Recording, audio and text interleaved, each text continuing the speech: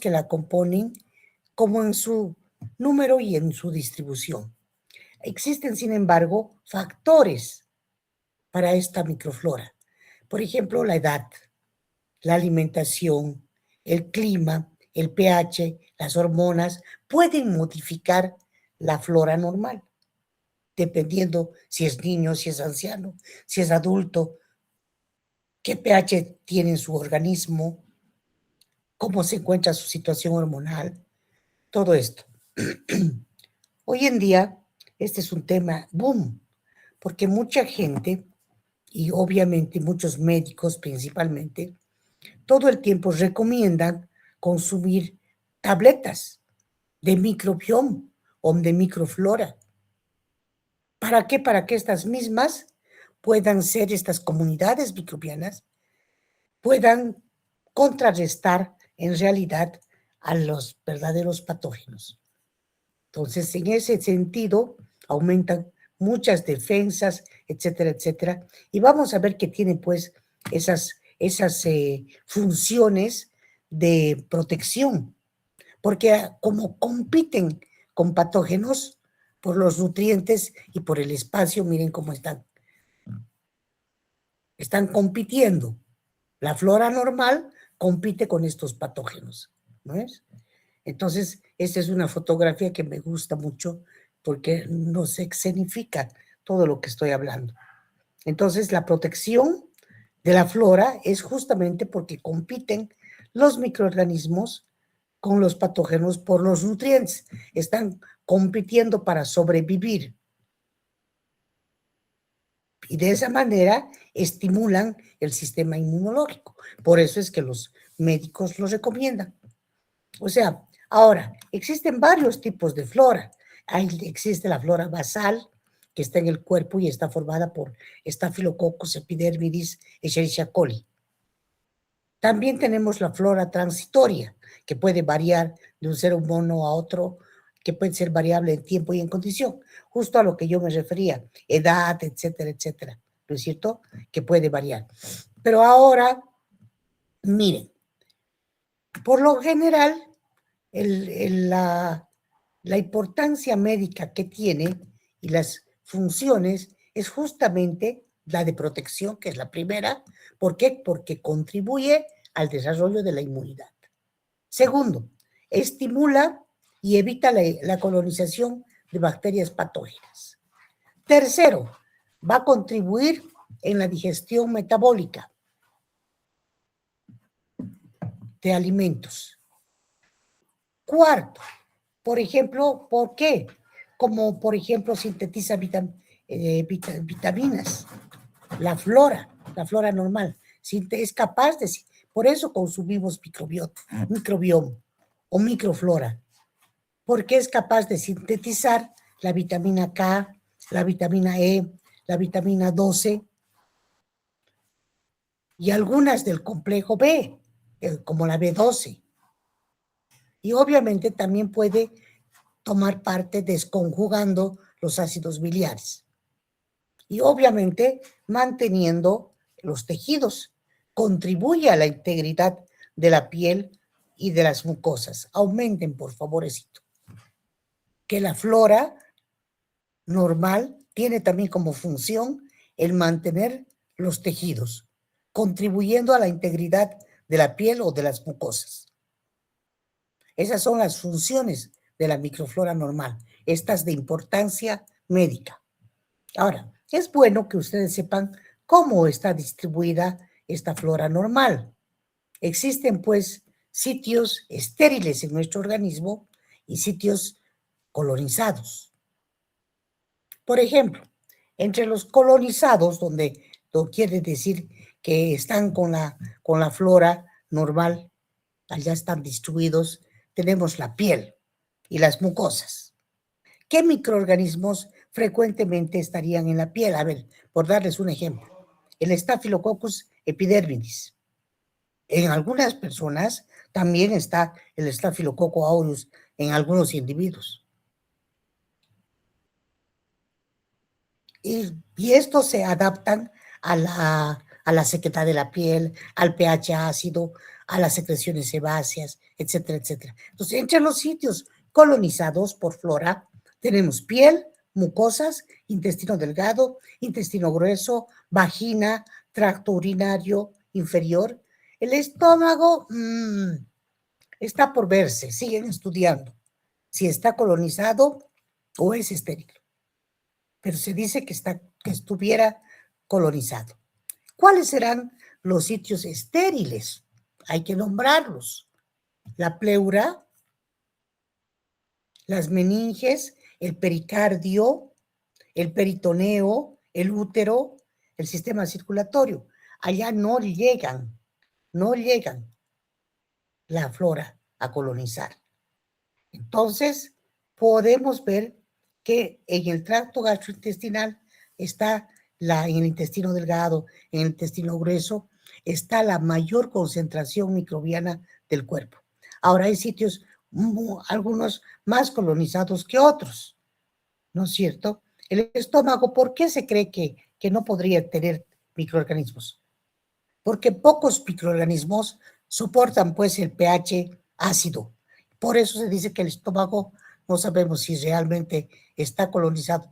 El Helicobacter pylori en algunos individuos, por ejemplo, sobrevive. Entonces hay que ver todo esto.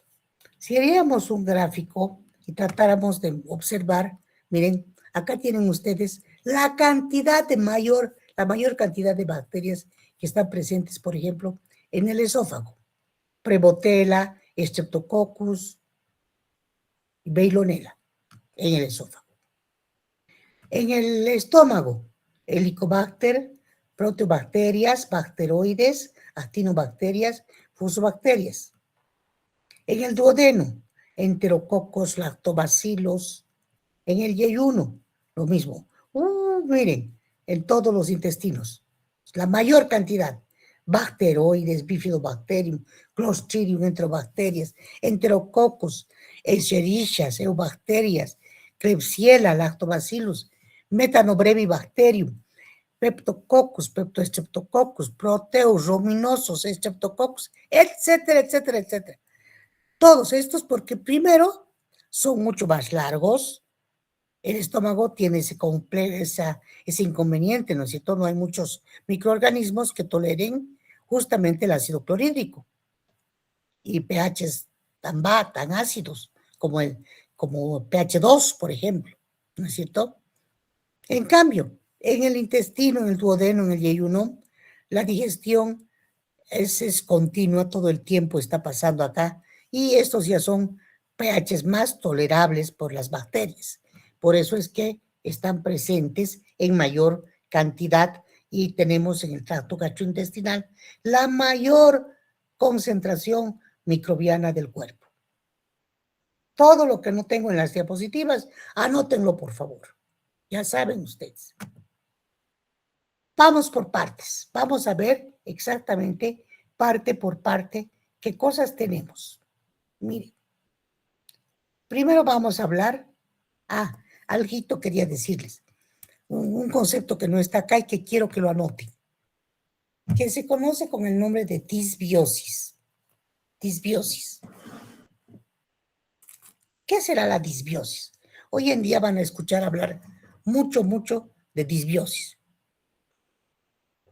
¿Y qué será la disbiosis? Anoten, por favor. Es el desequilibrio de la flora de importancia clínica. Y entonces, cuando hay disbiosis, puede contribuir la microbiota a las enfermedades, más bien. Y entonces ahí tenemos infecciones oportunistas, trastornos gastrointestinales, enfermedades inflamatorias, etcétera, etcétera, cuando hablamos de disbiosis. Ahora, si queremos ver parte por parte, esto podemos hablar de que justamente, miren acá, vamos a comenzar con la flora normal de la boca. Esta es la boca, aquí observan los dientes, observan la lengua, tenemos todo lo que compone nuestra boca. Ahora, miren las bacterias, es una fotografía de las bacterias que habitan habitualmente en la flora normal o están presentes. Entonces vamos a decir, por ejemplo, que en nuestra boca, el que vendría a ser parte de lo que es la cavidad oral, ¿no es cierto? Va a existir una flora muy diversa, con diferencias regionales. Por ejemplo, si tenemos en los dientes voy a tener capnocitofaga, voy a presentar muchos microorganismos particulares como Streptococcus. Si es en la lengua, otro tipo de flora. Si es en la mucosa yugal o en el surco periodontal, podemos tener, hemos dicho, muchas veces inclusive hasta parásitos, ¿no es cierto? Claro que estos ya no van a ser, si tengo un parásito en las encías, el año pasado hemos visto la ameba que estaba presente en las encías. ¿Cómo se llamaba, chicos? A ver.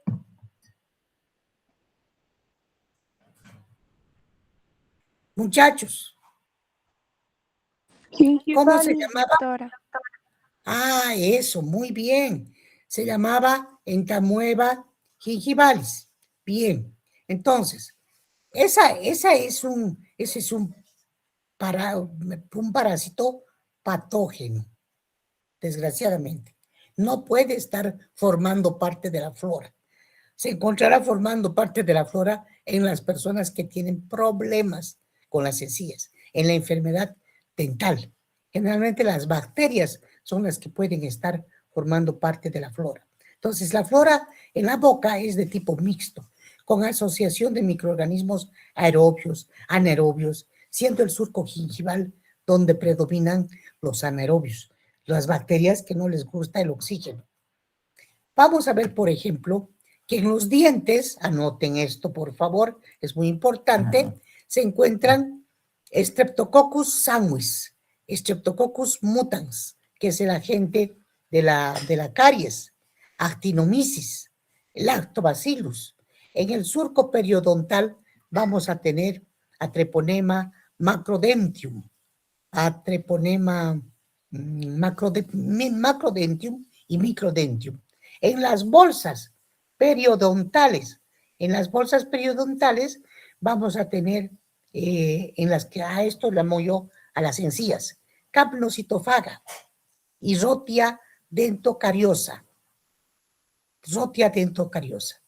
Esos microorganismos formando parte de la flora normal. En la lengua vamos a tener Streptococcus salivarius, Cándida spp, que es un hongo, y Peptostreptococcus spp. ¿No es cierto? Bien. Ahora bien, entonces hemos dicho que la flora de la cavidad oral o de la boca participa en la digestión inicial. Y cuando hay desequilibrio se producen las caries de los dientes o la enfermedad periodontal por estas bacterias. ¿Han entendido? Bien. Si hablamos de la flora normal que existe en el intestino delgado, vamos a ver que en el tracto gastrointestinal existe una mayor concentración microbiana. Y en esta mayor concentración microbiana del cuerpo humano, también la vamos a ver por partes. Por ejemplo, en el duodeno se mantiene el pH, que limita el crecimiento de microorganismos. Pero el peristaltismo va a representar un mecanismo importante porque va a mantener un número bajo de bacterias. La bilis, sin embargo, tiene propiedades antimicrobianas. Otras sustancias como la lisozima, que es una enzima, la inmunoglobulina A secretoria, también pueden contribuir a mantener un número bajo de microorganismos y tiene efecto sobre la flora normal del intestino delgado. Acá tenemos una imagen de la flora normal del intestino delgado. Observen ustedes, aquí este es un intestino delgado, ¿no? Ahí van a poder observar todos estos microorganismos. El número de bacterias va a aumentar conforme el intestino delgado va llegando hacia el ilio. En los sectores distales del intestino delgado, la flora se asemeja a la flora del colon. O sea, hay mayor concentración, está la mayor concentración del cuerpo. Ahí predominan los anaerobios como los Streptococcus, la Prevotella y las perfiromonas. Porfiromonas. Las perfiromonas generalmente están en sectores distales, más próximos al intestino grueso. ¿Cuál será la flora normal del intestino grueso? Aquí, que no existe en el intestino grueso.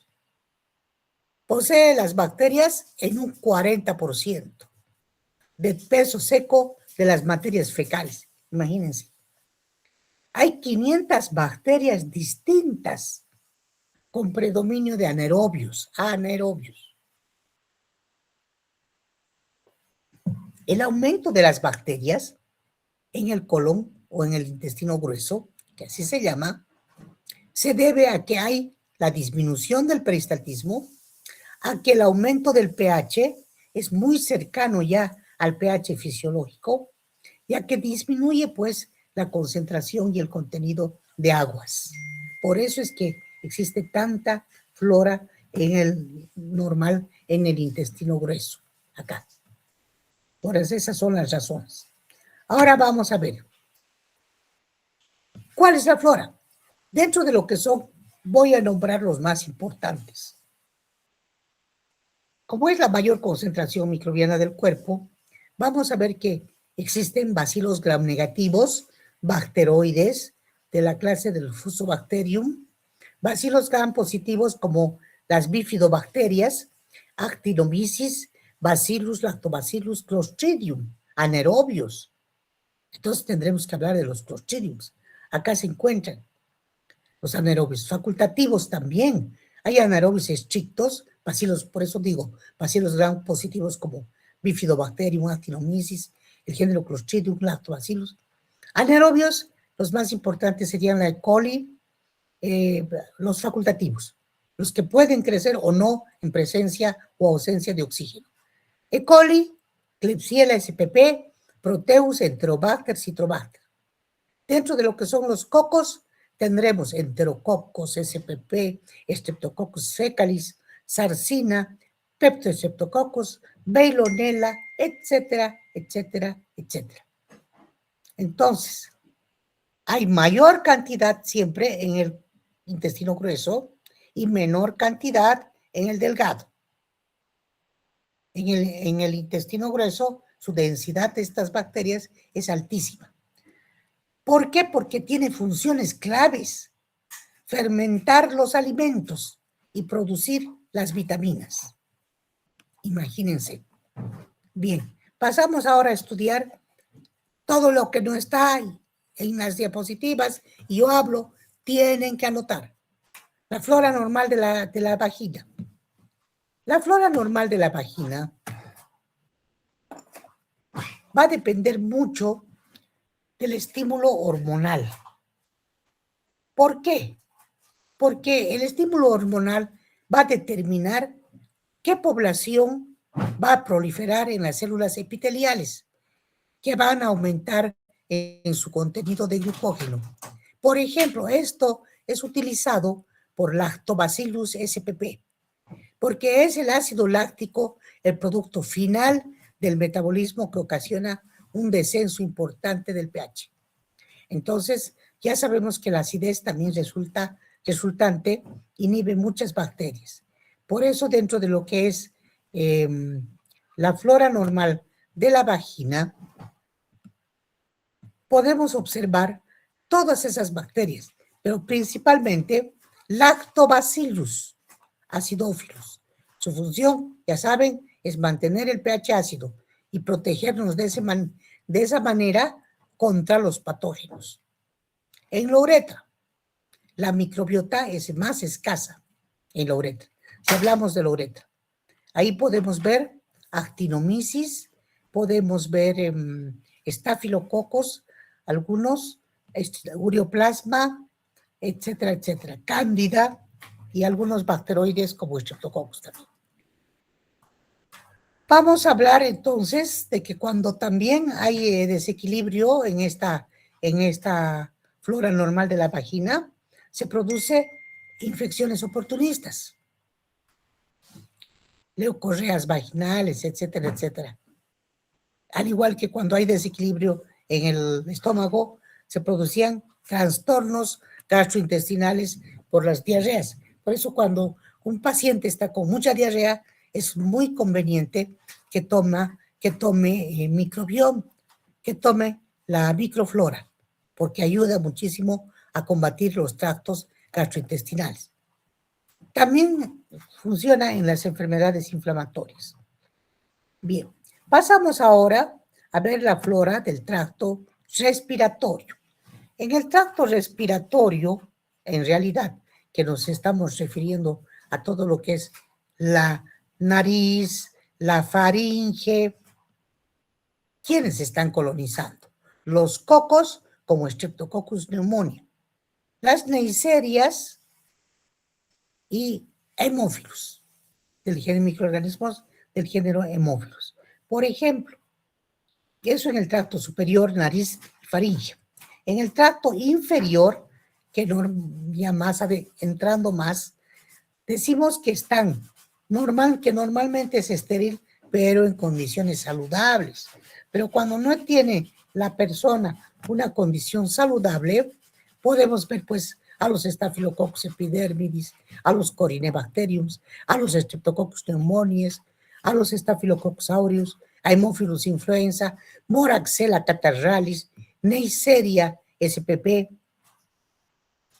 porque solamente podemos decir Neisseria cuando observamos, miren, esta es una tinción de Gram de un extendido de faringe. Y aquí van a observar ustedes diplococos, estos pequeñitos. Esta es una fotografía que seguramente van a ver en prácticas también, con los patógenos, como son las Neisseria meningitidis. Son coquitos que cuando están al interior, de los diplococos, sabemos que son ya patógenos. Dejan de ser parte de la flora y obviamente son importantes, las neiserias. Bien, también pueden haber Propionibacterium, Bifidobacterium como en la flora normal del tracto gastrorespiratorio. La flora normal del tracto urinario, veremos, porque va cambiando la flora de acuerdo a lo que vamos mencionando, los lugares, la ubicación. En el tracto urinario, salvo en la uretra anterior, el aparato urinario tiene que ser estéril. ¿Por qué? Porque la orina contribuye a mantener la vía libre de microorganismos. ¿Por qué? Porque arrastran a los microorganismos, hay un pH ácido en la orina y además la orina tiene una elevada osmolaridad. Por eso es que no tiene que existir muchas bacterias, salvo en la uretra. La mayoría de las bacterias entonces va a provenir de la uretra. ¿Por qué? Porque tenemos ahí generalmente estafilococos, tenemos enterococos y la mayor parte de las bacterias van a provenir también y la cándida, que son del perineo. De ese lugar van a venir cuando se encuentran en el tracto genitourinario. Ahora, ¿cuál será la importancia clínica? O sea, cuando hay disbiosis. Cuando hay un desequilibrio o disbiosis, la microbiota puede contribuir a enfermedades más bien, como las infecciones oportunistas, los trastornos que son gastrointestinales y obviamente también las enfermedades inflamatorias del riñón y de otras, ¿no es cierto? Y ahí podemos mencionar enfermedades, por ejemplo, ya no solamente como infección urinaria, infecciones mucho más profundas del sistema renal o de los uréteres o de sitios que están colonizados y obviamente que están produciendo daño cuando hay una disbiosis. Veremos finalmente la flora normal de la piel. La piel tiene mucha flora cutánea, pero está siempre cambiando. ¿Por qué? Porque es dinámica esta flora. Yo me baño y saco parte de mi flora, ¿no es cierto? Entonces va variando en las regiones corporales, de acuerdo a dónde tenemos mayor cantidad de flora en la piel. Ahora, en la piel, por ejemplo, nosotros, ¿qué tenemos que decir de la piel? Que muchos microorganismos también van a ser frecuentes. Hay, pese a que la piel continuamente recambia las células de las capas superficiales, porque vamos perdiendo, ¿no es cierto? Ahora, el pH también tenemos que es bajo, debido a que posee metabolitos de las glándulas sebáceas, ya que existen también células de Langerhans. Sin embargo, igual existen flora. Por ejemplo, tenemos aquí los cocos. Estas, miren, son las capas de la piel, ¿no es cierto? Y aquí se localiza la flora, principalmente los cocos, los Staphylococcus epidermidis. Los Staphylococcus aureus, hemos dicho, solo en algunos individuos. Corynebacterium, Cutibacterium acnes, que son microorganismos que muchas veces pueden producir el acné también, están ahí.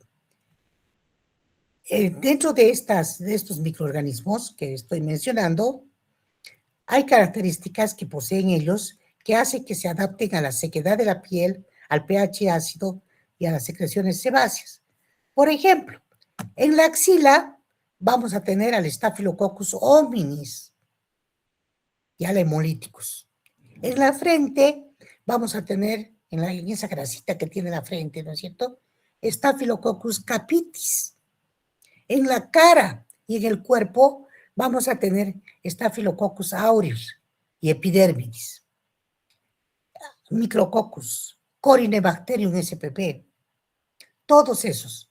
Y en las glándulas sebáceas vamos a tener al Propionibacterium acnes, que se adapta a la sequedad o qué sé yo, a la grasa, perdón, en este caso, y puede vivir ahí, el propio en la secreción sebácea de la glándula sebácea. Ahora, ¿será que existe flora normal en los ojos? Sí. Ahora vamos a hablar de los ojos, de la flora normal de la conjuntiva. La secreción lagrimal va a efectuar continuamente las lágrimas, me refiero, un barrido de las partículas que se están depositando en la conjuntiva. Y la secreción principalmente va a ser de lisozima, una enzima que es capaz de destruir bacterias, en especial los gram positivos. Pero sin embargo, hay colonización y está colonizada principalmente por Staphylococcus coagulasa negativo. Esto significa SCN. Anoten, por favor, Staphylococcus coagulasa negativos. Así se los llama hoy en día a los estafilococos que no son patógenos. Ahí podemos hablar de Staphylococcus viridans o Streptococcus viridans también, Haemophilus spp, Neisseria spp, puede estar en la conjuntiva. Pueden estar como flora normal de la conjuntiva. En todas estas partes. Miren, ahí están los Staphylococcus y también los Streptococcus.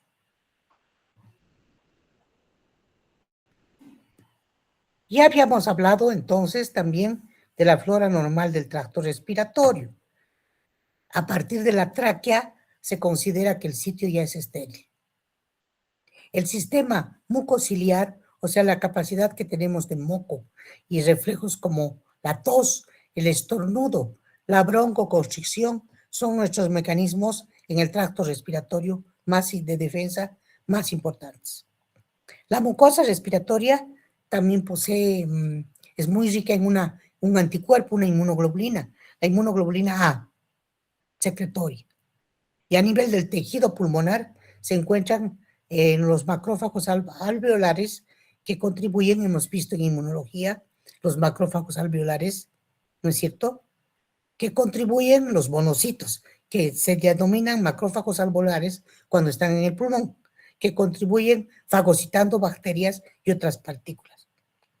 Ustedes ya han estudiado conmigo a los macrófagos alveolares y cómo los fagocitos, que son en este caso los monocitos, tienen otro nombre cuando ya se encuentran a nivel del tejido pulmonar. Se llaman macrófagos alveolares. ¿Ven cómo se relacionan nuestras materias? La microbiología, la inmunología y la parasitología están completamente relacionadas. Por eso es que yo dicto las tres. No porque soy muy capa, no. El año pasado un alumno me dijo, no, doctorita, lo que pasa es que usted es muy capa porque puede retener tantos nombres en su cabeza. Lo que pasa es que es mi especialidad. Yo soy microbióloga y las microbiólogas tenemos la capacidad de estudiar todas estas bacterias, todos los virus, todos los parásitos, todos los hongos y obviamente ver los efectos inmunológicos que causan en nuestro organismo. No se olviden de que cuando la flora normal está alterada, se llama o se produce en el organismo disbiosis. Bien. Bien, muchachos, aquí vamos a quedar. Este es un tema muy bonito. También va a entrar al examen. Preguntas. Primero voy a sacar una fotito de toda la gente que está conectada. Un screenshot. Agar, Alison, Ángela, Ariana, Boris.